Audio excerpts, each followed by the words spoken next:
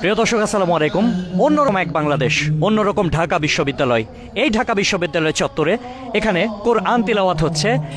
এই জায়গাটাতে ঠিক গত রমজানে কোরআন তিলাওয়াত করার জন্য কিছু শিক্ষার্থীকে শোকজ করা হয়েছিল।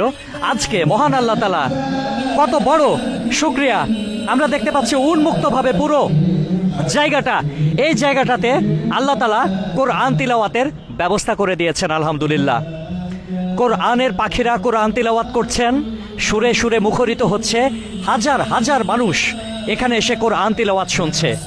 এমন একটা বাংলাদেশ আমরা চেয়েছিলাম। এত সুন্দর চমৎকার একটা আয়োজন ঢাকা বিশ্ববিদ্যালয়ে, কোরআন তিলাওয়াতের আয়োজন, সাংস্কৃতিক সন্ধ্যা, ইসলামিক সাংস্কৃতিক সন্ধ্যা। ঢাকা বিশ্ববিদ্যালয়ে এইরকম চিত্র আমি আমার জীবনে কখনো দেখিনি। এতটা সুন্দরভাবে, উন্মুক্তভাবে, এইরকমভাবে কোরআন তিলাওয়াত করা হচ্ছে, কোরআনের বাণী।